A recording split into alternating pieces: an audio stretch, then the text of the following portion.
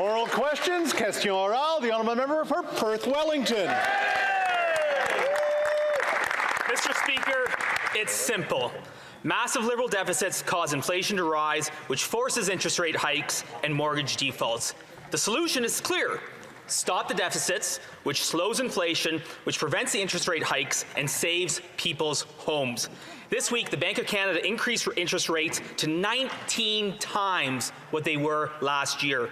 Will the Prime Minister end his inflationary deficit spending and save Canadians' homes? That's right. Hear, hear. The Honourable Parliamentary Secretary to the Minister of Finance. Speaker, in this last year, the Canadian economy has grown by 3.1%. Canadians have created close to 900,000 jobs. 2.7 million Canadians have been lifted out of poverty. 9 million Canadians are getting access to dental care. Child care costs are coming down by 50%. And guess what? Canada has the lowest deficit in the G7. We've cut taxes for small businesses. We've cut taxes for the middle class. There is definitely more work to do, but we have the tools to make life more affordable for Canadians. Honourable member for Perth Wellington. Well, Mr. Speaker, that is cold comfort to Canadians who are skipping meals, families who are cancelling their kids' sports activities, and families who have no hope of having a summer holiday, even for a couple days of camping. And young Canadians, entire generation, have lost all hope of ever owning their own homes. But the Liberal solution to spend more and drive up prices. Budget bill after budget bill after budget bill, the Liberal Prime Minister and Finance Minister keep taking away more and more opportunities from hard-working Canadians. Will the Liberals pull back on their budget bill and replace it with one that does not throw more fuel on the inflationary fire? That's right. The Honourable Parliamentary Secretary. I think it is really important to talk about families because we are the party that introduced the CCB. We've lifted hundreds of thousands of children out of poverty. And when parents are trying to make ends meet, one of the most important things that our government is doing is lowering the cost of childcare. I've had multiple parents complain to me over my parliamentary life about the fact that the cost of childcare was equivalent to a mortgage payment, but they don't say that anymore, and it's going to get better because we're going to continue to reduce it until it's $10 a day. The honourable member for Perth Wellington. Well, Mr. Speaker, what I hear from parents are parents who are working 2 and 3 jobs, working every hour of overtime they can just to put food on the table.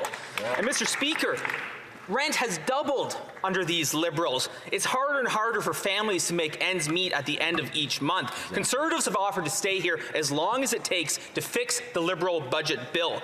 Will the Liberals stay here, fix their bill, eliminate wasteful spending so that Canadians can finally get some relief from their inflationary crisis, or will they just go on vacation? The Honourable Parliamentary Secretary to the Minister of Finance.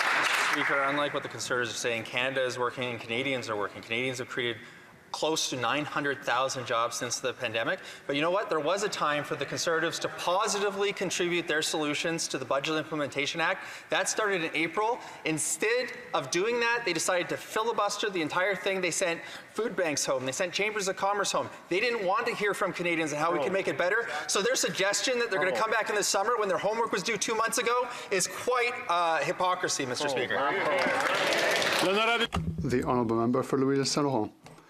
Mr. Speaker, let us talk about the facts for all Canadians. After 8 years of Liberal governance, with compulsive deficits and no control in spending, here's the reality. Uncontrolled deficits generate inflation. Inflation raises interest rates.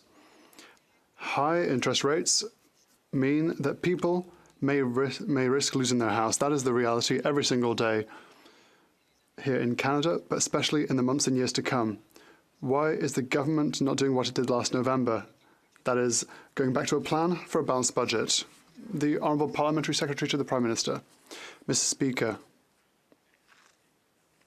after inflation peaked at 8.1%, it has gone back down to 4.4%, and the Bank of Canada expects it to go down to under 3% by the end of this autumn. Mr. Speaker, Canada has had the best economic growth last year.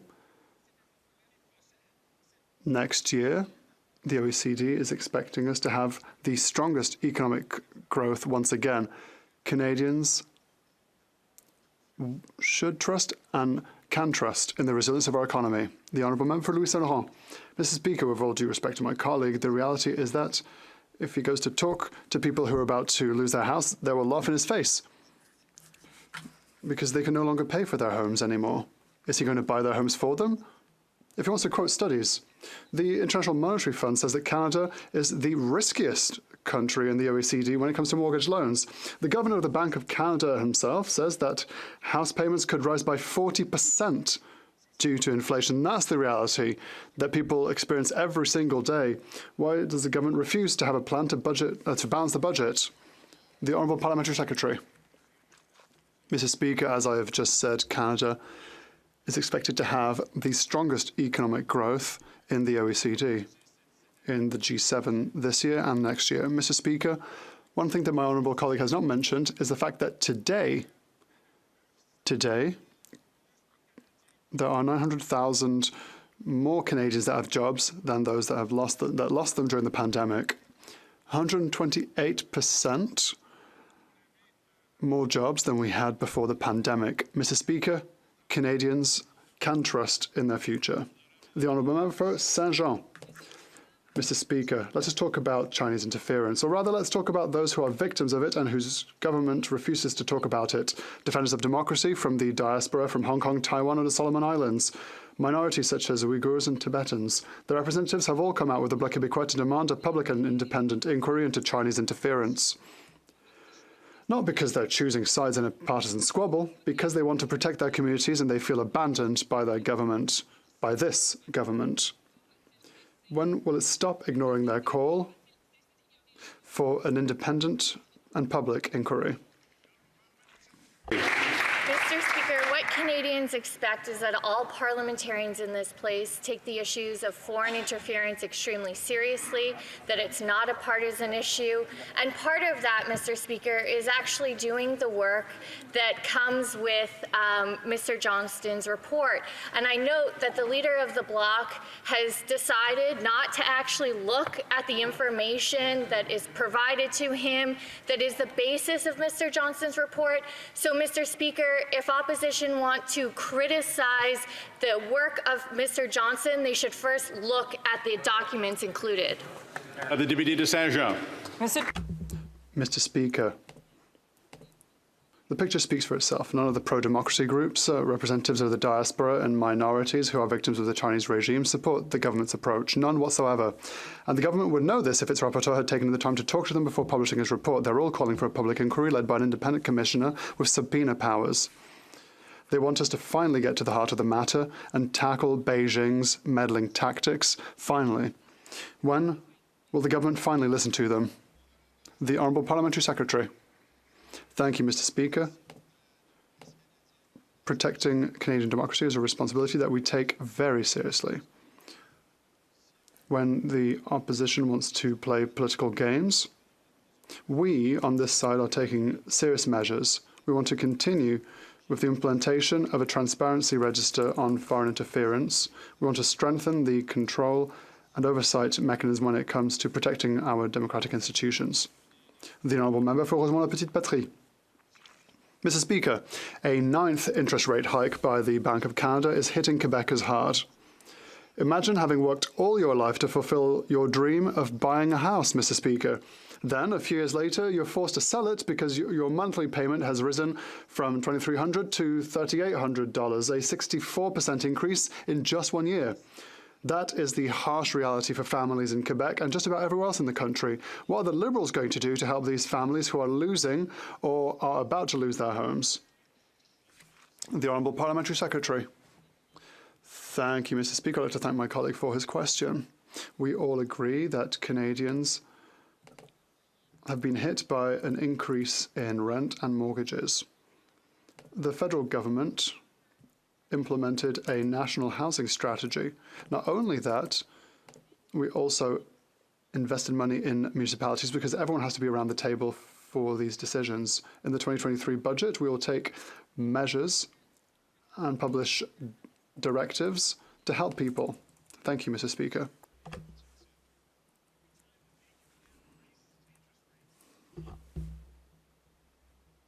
CEOs cash in on their quarterly profits, Canadians lost 17,000 jobs in 1 month alone. To Liberals and Conservatives, economic recovery just looks like somebody else's unemployment. But for everyday people, it looks like economic punishment. So at a time when there is deep despair, why does this Liberal government refuse to fix unemployment insurance while so many Canadians continue to lose their jobs? The Honourable Parliamentary Secretary. Mr. Speaker, Canada's economy remains strong. We have experienced the strongest economic growth in the G7 over the last year. Our unemployment rate remains low at 5.2%. We have recovered 128% of the jobs lost since the start of the pandemic.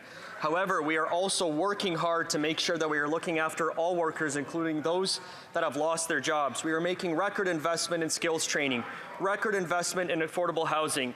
We're partnering with labor and industry on generational investment in the VW plant in St. Thomas and the Stellantis plant in Windsor, and we are modernizing the EI system to make sure it is there for all workers when they need it. Thank you, Mr. Speaker. The Honourable Member for Leeds, Grenville, Thousand Islands, Rideau Lakes. In a growing conflict of interest, the Prime Minister's rapporteur was paying the same firm for advice as one of the people he was supposed to be investigating. That person, of course, is the former Liberal member for Don Valley North, who left the Liberal caucus amid a foreign interference scandal. And Johnston didn't even interview him. Canadians don't trust this process, and they can't believe Johnston's report. Will the Prime Minister finally call a public inquiry like this House has called on him to do 3 times? The Honourable Parliamentary Secretary. Unfortunately, what we see is another Conservative who is taking a page out of the Trump playbook, where it's just personal attacks when they don't like the outcome. Mr. Speaker, the Conservatives made the conclusion prior to Mr. Johnston's report they were never going to accept it. So to pretend now that it's the process they're upset about, when, Mr. Speaker, all it is partisan games. We on this side of the House take the importance of our democratic institutions seriously, and that's why we appointed someone with Mr. Johnston's credibility to this position. The Honourable Member for Leeds, Grenville, Thousand Islands, and Rideau Lakes. If they took democratic institutions seriously, they'd respect the will of the democratically elected people of this House. Voting 3 times for there to be a public inquiry instead, they wanted a Liberal solution to a Liberal problem, and that's why they appointed a member of the Trudeau Foundation, who then hired some Liberals to help him out, and when he thought he was in a conflict of interest, asked another member of the Trudeau Foundation to say that he wasn't. Now we learn, of course, that he and the person he was supposed to be investigating were both getting advice from the same firm. It's levels of conflict of interest with these Liberals. Canadians have had enough. A majority of them want a public inquiry. Will the Prime Minister finally call one today? The Honourable Parliamentary Secretary. Speaker, once again, Canadians can see on full display that the Conservatives are not serious about foreign interference. What they'd rather do is just take personal attacks. Another proof point of this, Mr. Speaker, is the fact that we had David Johnston at Proc for over 3 hours, and the Conservatives, in their precious questioning time, didn't ask a single foreign interference question for over 15 minutes worth of their time. Instead, they went for personal attacks because, Mr. Speaker, to them, foreign interference is a partisan game, but to Canadians, it's serious business. The Honourable Member for St. Albert Edmonton.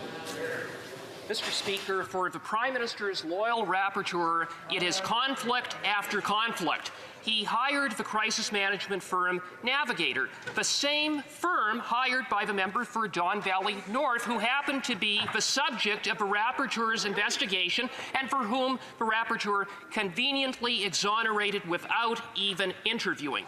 This conflict goes to the heart of a rapporteur's questionable conclusions. His report has no credibility. He needs to go. When will the Prime Minister fire him and finally call an independent public inquiry?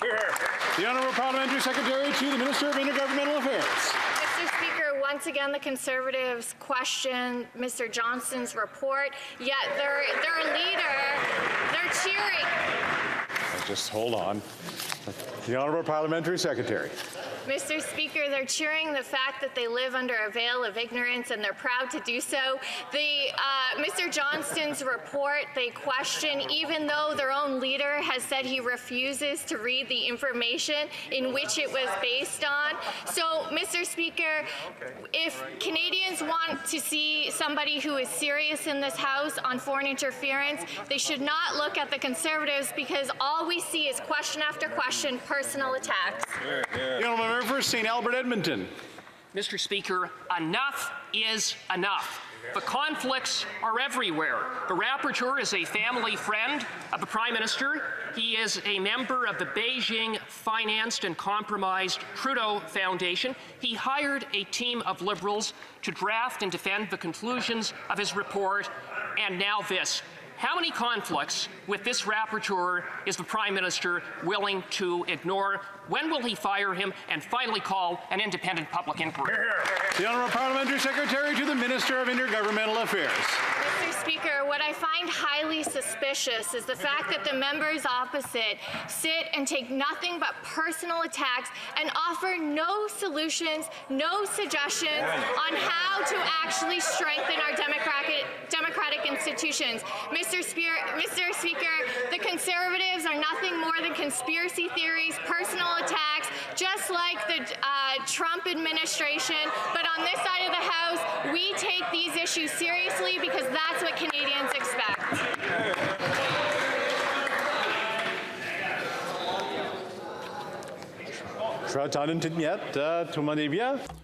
The Honourable Member for Mégantic-L'Érable. Mr. Speaker, this week we've seen a lot in the scandal of Beijing's interference in our democracy. First, the Loyal Liberal rapporteur, who sees absolutely no conflict of interest in his role, and the fact that he is a great friend of the Trudeau family, that he was a member of the Trudeau Foundation, that he sought advice from another Trudeau Foundation friend, etc., is not an issue. Then we saw that the Special Rapporteur omitted important facts and witnesses from his report. Yesterday, we learned that the Loyal rapporteur and a Liberal MP targeted by his investigation had hired the same crisis management firm. How can Liberal MPs blindly follow the Prime Minister in yet another conflict of interest? When will they finally send the rapporteur packing? Well, let's speak about the special rapporteur. I have a quote here from the leader of the Conservatives, who he himself said, "We have before us a very credible individual," and I think that history has very little to do with the fact that he has had a very distinguished career. End of quote. Conservatives have decided to play political games. They could simply just follow and receive the information from our intelligence bodies. The Honourable Member from Mégantic-L'Érable. Since then, he's been trapped by the Prime Minister, Mr. Speaker. Sacha Trudeau, Sheila Bloch, Valérie Blais, Don Guy, Pierre-Éliott Trudeau, David Johnston, Frank Iacobucci, Maurice Rosenberg, Member of Parliament for Don Valley North, Navigator. All these people and organisations have links with the Prime Minister. Now, the problem is that these are all main players in the play put on by the Prime Minister to avoid triggering an independent public inquiry into Beijing's interference. No one believes in Mr. Johnson's independence anymore. When will the Prime Minister finally fire his friend Johnson and launch a truly independent inquiry? The Honourable Parliamentary Secretary for the Minister for Economic Development. Thank you, Mr. Speaker. My colleague once again wants to play political games with protecting Canadian democracy. We take this very seriously on this side. The Conservatives are focusing on political games. On this side, we are taking measures. This rapporteur is eminently qualified, and no one in my riding, no one has come up to me to say that this person was not credible. So we're working with a trustworthy person. He is studying the matter, and we'll work well with him, Mr. Speaker. The Honourable Member for Thérèse de Blainville. Mr. Speaker, after 9 months of lockout at the port of Quebec City, just imagine, employees have just received their first offer from management, and they rejected it by 98%. How could this happen? Simple. At the federal level, the employer has no need to negotiate. It hires strike breakers and replaces workers with crabs, just like in 1920. It's the federal government that's responsible for getting this dispute bogged down with its labour laws worthy of the last century. When will it finally move into the 21st century and ban scabs? The Honourable Parliamentary Secretary to the Minister for Labour. Mr. Speaker, through you to the member, this government has done more for Canadian workers than any government in the past. We are on track. We are continuing to support workers and the bargaining process, both the employers and the workers, and we are on track to ban replacement workers by the end of this year. It's part of the budget, and we're on track to do it. Merci. The Honourable Member for Thérèse de Blainville. Mr. Speaker, well, let's do it now. Not you, Mr. Speaker, but the government. And that is the reason for which the Bloc Québécois has once again tabled another bill to ban scabs. Quebec has banned scabs since the 1970s. What's good for all workers in Quebec should also be good for workers under federal jurisdiction. This government claims to defend the middle class. Well, if that's the case, when will it take up our bill and ban scabs, which allow workers' rights to be trampled underfoot? Parliamentary Secretary to the Minister of Labour. Speaker, as I mentioned, we are on, we've wrapped up consultations. We're taking the feedback that we have received from unions, employers, and Indigenous groups to inform our legislation, which will be tabled by the end of this year. This is the latest evolution in policy to protect the collective bargaining process. We need to strike a balance between doing it quickly and getting it right. So I encourage the opposite member to support our budget so that we can get this job done. The Honourable Member for Hastings, Lennox and Addington. Thank you, Mr. Speaker. Earlier this week, the Bank of Canada hiked interest rates. This is a direct result of the government's inflation-inducing fiscal policy driven by frivolous tax and spend policies that bankrupt Canadians. As a result, reams of struggling Canadians will default on their mortgages, putting the dreams of homeownership even further out of reach. We do have a solution. We will stop the deficits, rein in inflation, stem interest rates, and end the defaults. Mr. Speaker, are they willing to put partisanship aside, work with the opposition, and end this inflationary deficit spending? The Honourable Parliamentary Secretary to the Minister of Housing. Monsieur le Président, écoutez, j'allais répondre sur le logement, mais je dois avouer que... I must admit on the matter that the last comment from my colleague has surprised me. If she wants to collaborate, I would invite her to stop filibustering on the budget. In a budget that seeks to give strict directives to protect Canadians when it comes to getting mortgages in exceptional circumstances. It's in Budget 2023 and they voted against, Mr. Speaker. The Honourable Member for Hastings, Lennox and Addington. Mr. Speaker, on this side of the House, we have been extremely clear. We are willing to put party politics aside, sit down with the government and hash out a budget that will actually help Canadians instead of punishing them.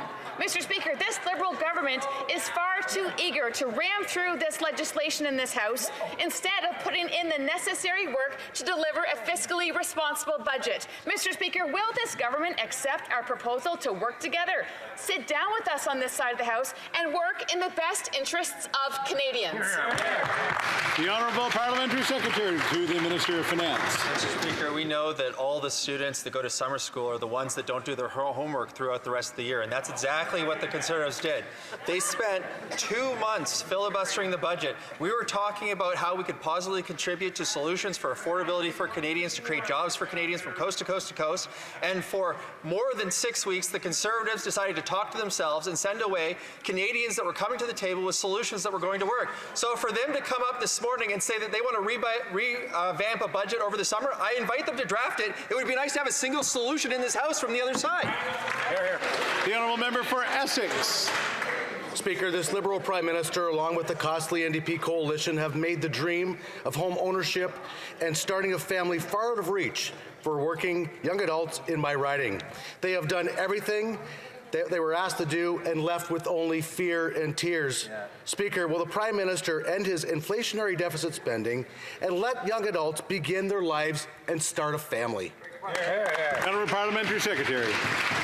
Mr. Speaker, youth unemployment has gone down under our budget. We've provided more jobs through the Canada Summer Jobs Program, so we're making sure that there are jobs available, whether that's on small craft harbors in Atlantic Canada, whether that's in the aerospace industry in Quebec, whether that's at car manufacturing in Ontario, on farms in the prairies, or in biotech companies in BC. We're going to make sure that there's lots of opportunities for young individuals to have high-paying, sustainable jobs in the future. That's why we're investing in this country, because we believe in the future, unlike the Conservative. Here, here. The honourable member for Essex. Well, Mr. Speaker, if the Liberal NDP coalition doesn't care about the future generations, what do they say to the homeowner that can't pay their mortgage because this Liberal government overspent and caused inflation, which caused mortgage rate hikes? This Prime Minister is stripping the hopes, dreams, and house keys from the hands of Canadians. Shameful. When will he realize the pain and suffering he is causing? Here, here. The Honourable Parliamentary Secretary to the Deputy Prime Minister. I think context is important. Inflation in Canada is in fact coming down. It reached a peak of 8.1%. It's now at 4.4%. It's going to go below 3% as it's projected before the end of this year. And despite the fact that it's coming down, it's already lower than what it is in the United States, what it is in the United Kingdom, what it is in Europe, and what it is in the OECD. That means that we can afford to make investments in making life more affordable. No Canadians are convinced that their lives are going to be more affordable by getting rid of dental care, getting rid of child care, eliminating the CBC, stopping to fight climate change. They have no good ideas on the other side of the House, Mr. Speaker. None. The honourable member for Port Moody Coquitlam. Mr. Speaker, close to 1 million people living with a disability live in poverty, and the Liberals left them to suffer. The Canada Disability Benefit must be the solution to finally enable them to make ends meet. Otherwise, this government continues to be part of the problem. People living with a disability deserve to live in dignity. Will the Liberals ensure that this new benefit will lift people living with a disability out of poverty? Here, here. The Honourable Parliamentary Secretary to the Minister of Employment, Workforce Development and Disability Inclusion. Well, thank you, Mr. Speaker. I thank the honourable colleague for the excellent question. I thank her for her collaboration and her advocacy on this critically important question. In Canada, no person with a disability should live in poverty, period. That's why we are creating the Canada Disability Benefit, an income supplement with the potential to seriously reduce poverty and improve financial security for hundreds of thousands of working-age persons with disabilities. In February, this House unanimously adopted Bill C-22. Bill C-22 is now on the calendar for debate in this House for June 14th. We are looking forward to getting this legislation past the finish line as quickly as possible. Thank you, Mr. Speaker. Member for Nunavut. I stand in solidarity with the unionized workers and their families of the Iqaluit Housing Authority. They have been on strike for close to 3 months. The Labour Minister remains silent as the Iqaluit Housing Authority brings in scabs and undermines workers' rights. New Democrats have introduced anti-scab legislation to stop this. Will the minister support the NDP's bill to protect unionized workers? The Honourable Parliamentary Secretary to the Minister of Labour. Speaker, the best deals are made at the bargaining table, and federal mediators are in touch with the parties. Our federal mediators are very good at what they do, and we have faith in their ability to help parties reach an agreement. We're on track to ban the use of replacement workers by the end of this year, but we need to strike a balance between doing things quickly and getting things done right, as I mentioned before. Thank you very much for the question. The honourable member for Richmond Hill. Mr. Speaker, the COVID-19 pandemic has strained our healthcare system, disrupted our economy, and changed the way we interact every day. We know that better health care for Canadians means supporting our healthcare workers and ensuring patients receive timely access to health services they deserve. Yesterday, the Minister of Health announced direct support to Medical Council of Canada, the National Registry of Physicians, the Foundation for Advancing Family Medicine, and Canadian Alliance of Medical Laboratory Professional Regulators. Mr. Speaker, can the Parliamentary Secretary to the Minister of Health and to the Minister of Sport please tell this House how yesterday's announcement is addressing current and emerging labour demands in healthcare? The Honourable Parliamentary Secretary to the Minister of Health. Thank you very much, Mr. Speaker. I'd like to thank my friend and colleague from Richmond Hill for his hard work and his excellent advocacy in his riding and on Health Committee for foreign credentials qualifications. Mr. Speaker, yesterday our government announced $78.5 million for 3 projects that support foreign credentials qualifications for internationally trained medical graduates to grow and support our healthcare workforce. These projects will help improve the process for recognizing foreign credentials for internationally educated health professionals and improve labor mobility for physicians, making it easier for them to work where they are most needed throughout our country. Our government's priority remains to work together to support our healthcare workers so that patients across Canada get the care they need when they need it. Thank you, Mr. Speaker. The Honourable Member for Calgary-Midnapore. Mr. Speaker, this government continues to add fuel to the inflationary fire, despite the finance minister's words that deficits must be reduced and that this is a line that cannot be crossed. Well, what happens? Inflation goes up, so interest rates goes up, so Canadians default on their mortgages and Canadians lose their homes. What's the solution? The solution is to stop the inflationary spending, stop the interest rates so that Canadians can have lower inflation rates and lower interest rates. Is the government ready to do this, Mr. Speaker? The Honourable Parliamentary Secretary to the Minister of Finance. Mr. Speaker, it's unfortunate that the Conservatives don't believe that we can fight inflation and fight climate change at the same time. Yet, emissions and inflation are both coming down in Canada. Canadians have created over 900,000 new jobs. We have the lowest deficit and the lowest debt to GDP ratio in the G7. And in addition, the IMF and the OECD now both project that Canada will have the strongest economy in 2023 and in 2024. This gives us the tools that we need to address affordability. And of course, we have a national housing strategy, which is the first time the federal government has invested in housing in over 30 years. Member for Calgary-Midnapore. Have the greatest level of household debt in Canada that we have ever had. And as well, the IMF states that out of the G7, it is Canadians who are most likely to default on their mortgages. Even the finance minister recognizes that Canadians are struggling. She said that Canadians are facing hardships as a result of high interest rates. So then why doesn't this government commit to eliminating inflationary deficits, eliminating inflationary spending, so that Canadians can have lower inflation and lower interest rates, Mr. Speaker? The Honourable Parliamentary Secretary to the Minister of Housing. I'd like to thank my colleague for her question. As she knows, the National Housing Strategy is not just helping people to pay their rent. It's also to help them access the dream of owning a home. My colleagues on the other side voted against the budget, which had measures to help Canadians directly if they're struggling with mortgage payments under exceptional circumstances. I invite her to read that part of the budget and vote in favour of it. Falls. Speaker, the IMF warns Canada is at the greatest risk of home mortgage defaults in the world. This Liberal government's out-of-control spending and massive deficits have caused inflation to skyrocket. Canadians cannot absorb these higher rates, placing their dreams of home ownership at risk.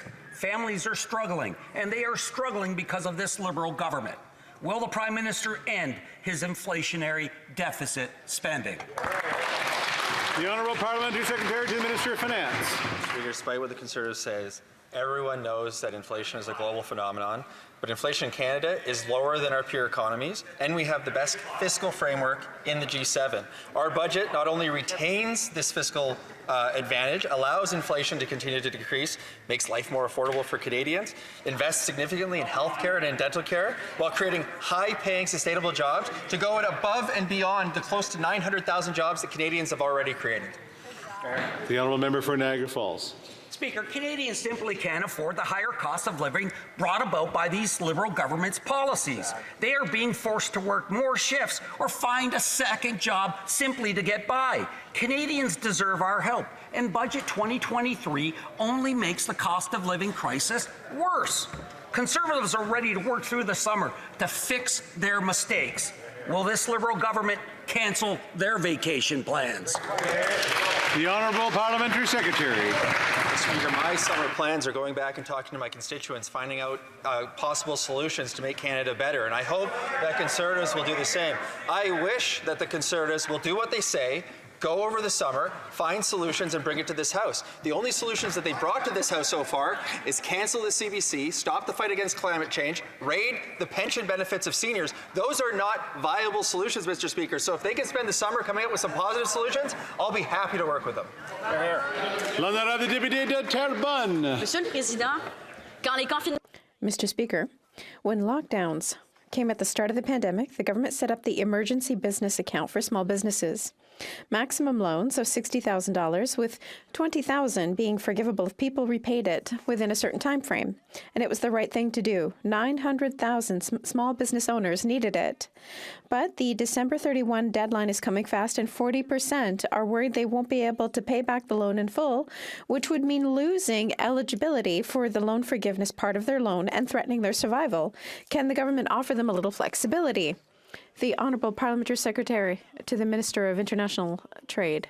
I appreciate the question from the Bloc Québécois because it highlights the importance of small and medium businesses here in Canada. We've always been there to help and support small and medium business. We reduced tax from 11% to 9%. The opposition voted against it. We've always been there during the pandemic with the loans that were mentioned by the member for the other side. What we've just done with the budget is reduce transaction fees for credit cards for small and medium businesses, and the opposition voted against. The honourable member for Terrebonne. Mr. Speaker, the government doesn't even does not even seem to be able to answer its own questions. Now, December 31st seemed like a reasonable time at the start of the pandemic, but there were variables that extended the crisis: supply problems, costs, labor shortages, deserted downtowns. With 6 months to go, almost 250,000 businesses are at risk of closing down. Will the government allow them, if needed, to enter into repayment agreements without losing the forgivable part of their loan? The Honourable Parliamentary Secretary. What we need to focus on is that the loans granted to small and medium businesses were a maximum of $60,000, and a third was forgivable if they were able to repay 2/3 by the expected timeline. We're always listening to small and medium businesses when they have concerns, and that's why in the budget we've reduced transaction fees linked to credit cards that affect small and medium businesses here in Canada. Thank you. For Bam Fairdrie. Well, not long ago, the Liberal Minister of Finance said, by exercising fiscal restraint and by not pouring fuel on the fire of inflation today, we will ensure we can responsibly invest in Canadians and in a Canadian economy for years to come.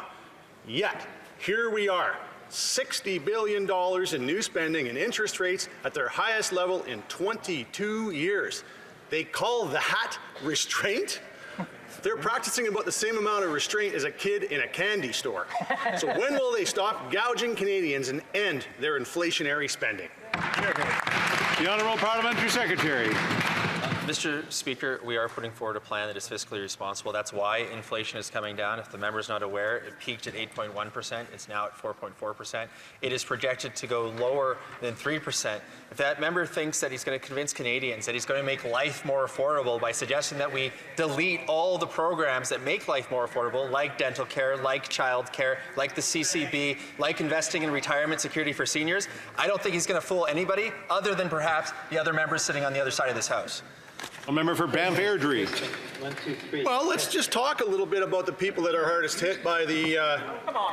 Okay, hold on. I know someone doesn't know how to use their headset, maybe, so I just want to make sure people have their headsets on mute. I know it's the first day with some stuff like this, so. Okay, ready? The Honourable Member for Bam Fairdrie.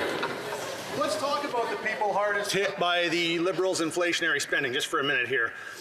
They claim to be a champion of equality. They claim that, and they weave that word into every announcement they make. But for them, it's nothing more than a buzzword. In the words of one of the Prime Minister's own former advisors, Government spending will impact disproportionately lower-income Canadians and young families, potentially creating divisions and threatening new sorts of inequality. So when will this government drop the platitudes and stop gouging the Canadians struggling the most? The Honourable Parliamentary Secretary to the Minister of Health. Thank you, Mr. Speaker. The Conservatives have no credibility when it comes to supporting families. When they were in power, they sent out checks to millionaires with their universal child benefit. Our Canada Child Benefit has supported tens of thousands of families in my riding alone, Mr. Speaker. If the Conservatives really want to support families, then they should support dental care, which has provided dental care for 1,100 members of constituents in the riding of Carleton, over 1,000 kids in my riding as well, Mr. Speaker. How about some solutions from the other side rather than just constant slogans? Honorable député de Montmagny, Lillette, Kamouraska, Rivière-du-Loup. Mr. Speaker, for 8 years, this Prime Minister has spent lavishly, leading to devastating effects for Canadians. Accumulated deficits are leading to inflationary pressures. Everyone knows this. Inflation led to higher interest rates. The Bank of Canada just raised its rates, and now mortgage payments are higher. When will this Prime Minister finally understand that he has to stop inflationary spending that is pushing people out of their homes and into the streets? The Honourable Parliamentary Secretary to the Prime Minister. I invite my honourable colleague to look at the budget because he can see very clearly that the deficit is going down over the next several years. All of that in spite of the contrary winds blowing around the world. Within G7 countries, our budget, our government, has the lowest deficit. We have the lowest debt. And our GDP to debt ratio is the lowest. It's thanks to our leadership that we were able to achieve these targets. The Honourable Member for Pontiac. Mr. Speaker, last week, there was a very important meeting between federal, provincial, and territorial governments on protecting wildlife and biodiversity. They talked about how to work together to hit very significant targets in terms of biodiversity, which they agreed to at COP15. One of the most important targets is the goal of protecting 30% of our land mass. Can the Parliamentary Secretary for the Environment inform this House on Canada's progress? The Honourable Parliamentary Secretary to the Minister of Environment and Climate Change. I thank my colleague for her question. COP15 in Montreal was an incredible victory for Canada and the planet. We're going to draw up an action plan. I'm pleased with the commitment of provinces and territories to contribute to our goal of conserving 30% of Canada's land by 2030, an objective based on slowing the decline of wildlife species. Thank you. The Honourable Member for Yellowhead. Mr. Speaker, on September 16, 2021, Cody McConnell's life was forever changed because his fiancée, Mikhail Bush, and 16-month-old son, Noah McConnell, were murdered by a registered sex offender who was deemed highly likely to reoffend. Noah's law will protect vulnerable women and children who are most likely to be victims of sex offenders. Mr. Speaker, will the Liberals do the right thing? Pick up the bill and make Noah's Law a reality today. The Honourable Minister of Justice and Attorney General. Mr. Speaker, I thank the honourable member for his question, and I salute the empathy and the place from which that good place from which the question came. Mr. Speaker, our sympathies go out to Cody McConnell and his family and friends for his loss. I tabled, Mr. Speaker, in the Senate Bill S-12, whose intention is precisely to preserve and strengthen the Sexual Offenders Registry. Mr. Speaker, I've undertaken publicly, and I will do it again now, to look at the proposed Noah's Law to see if it is in conformity with what we're trying to do, and to work with members across the floor to see what we can do. Honourable Member for Regina Wascana. Liberal government have given Canadians higher deficits, higher inflation, and higher interest rates, which of course leads to higher mortgage payments. According to a recent study by the International Monetary Fund, Canadians are now the most at risk to default on their mortgages. And this problem will only get worse as more and more Canadians renew their mortgages at higher interest rates. Mr. Speaker, when will the Prime Minister end his inflationary deficit spending? The Honourable Parliamentary Secretary. Mr. Speaker, as I've had the opportunity to say many times in this House, our plan is fiscally responsible. Inflation is coming down. It's at 4.4%. We expect it to be less than 3% before the end of this year. At the same time, we're investing in making life more affordable, and we can afford to do that because we have the lowest deficit, and because we have the lowest net debt to GDP ratio, and because we have the fastest growing economic growth at 3.1% in the G7. We need to take advantage of our good fiscal framework and make sure that we make life more affordable for Canadians. The Honourable Member for Lanark, Frontenac, Kingston. Mr. Speaker, the Minister of Immigration designed overly narrow criteria for admitting the families of Afghan language and cultural advisors whose lives are now in danger. They can't get to Canada, and the Minister refuses to schedule meetings with Afghans who want to fix the rules and save these lives. Why can the Minister find the time in his schedule to announce visa-free travel for people from other countries, but not to take a meeting with a brave Afghan who served Canada and whose family may be killed because of that service? The Honourable Parliamentary Secretary to the Minister of Immigration. Mr. Speaker, I want to thank the member for his questions, and certainly I want to reiterate to this House that the resettlements and resettling of Afghans remains our very top priority. These Afghans have worked side by side with Canadian Armed Force, and our mission in Afghanistan is to promote the peace and the democracy in this region. But let me be very clear, Mr. Speaker, we will not turn our backs on these brave Afghans who have worked with us, and we will do everything we can to get Afghans to safety. Merci, Monsieur le Président. The Honourable Member for Yukon. Mr. Speaker, we know that a significant gap remains for Indigenous peoples living in urban, rural, and northern areas when it comes to housing. There's an urgent need to act now. Could the Parliamentary Secretary to the Minister of Housing elaborate on how our government is upholding the right to housing as per UNDRIP's Articles 21 and 23, with an emphasis on the for Indigenous, by Indigenous approach, and how this recently announced partnership with the National Indigenous Collaborative Housing Incorporated is designed to rapidly address the urgent needs and long-term housing challenges of Indigenous peoples across Canada. The Honourable Parliamentary Secretary to the Minister of Housing. Thank you, Mr. President. I want to thank my colleague for his questions and all his hard work. Too many Indigenous people in urban, rural, and northern communities do not have the housing they need. That's why our government committed to a co-developing for Indigenous, by Indigenous, urban, rural, and northern housing strategy. Yesterday, we announced an immediate funding of $287 million with the National Indigenous Collaborative Housing, and it's just the beginning. Through the budget 2023, we're investing an additional $4 billion. As we advance towards reconciliation, our focus remains on providing safe, affordable home for all. Thank you, Mr. President.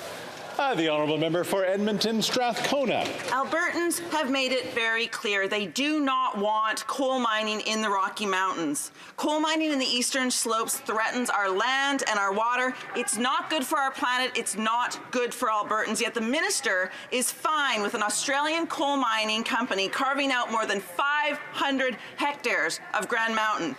Based on my private member's bill, this government promised that all coal mining would trigger a federal environmental impact assessment. Albertans want it, First Nations want it, so where is the impact assessment on the Grand Cache mine? The Honourable Parliamentary Secretary to the Minister of Natural Resources.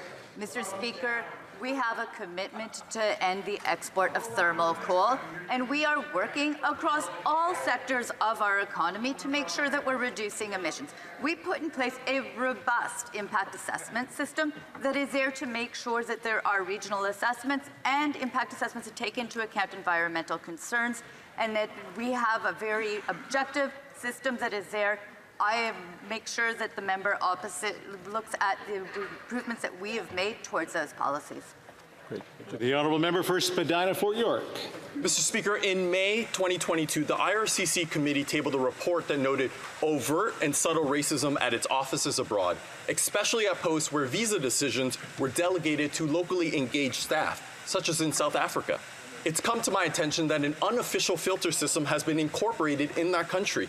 White local staff are overwhelmingly refusing visa applications from predominantly black South Africans. Indeed, white visa applications are being placed in one pile and non-white in another. Mr. Speaker, this is unconscionable.